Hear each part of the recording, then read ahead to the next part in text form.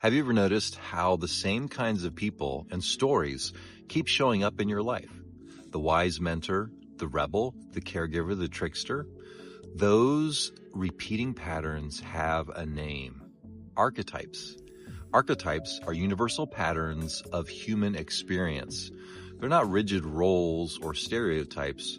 They're more like deep templates in the human psyche, reoccurring ways of loving, leading, suffering, seeking, and creating.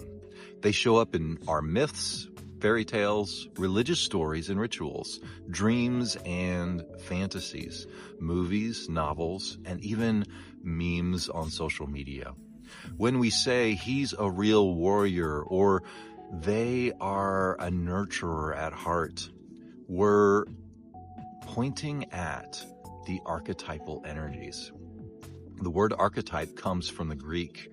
It means first pattern, the origin pattern of the human experience. You can see early versions of this in the idea of Plato's forms, pure patterns behind everyday things.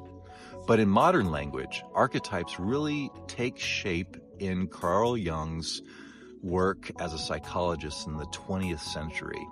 He noticed that people with very different cultures had dreams that were surprisingly similar in the images that were within them.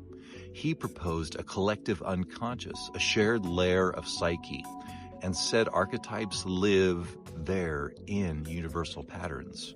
The hero, the mother, the wise old one, the trickster, the shadow.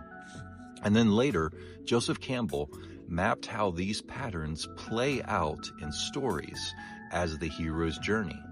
The call, the trials, the death, the rebirth, and return. And then Maureen Murdoch added the heroine's journey, showing a more inward path, healing the split between our success and inner wholeness, between the masculine and feminine energies inside each of us.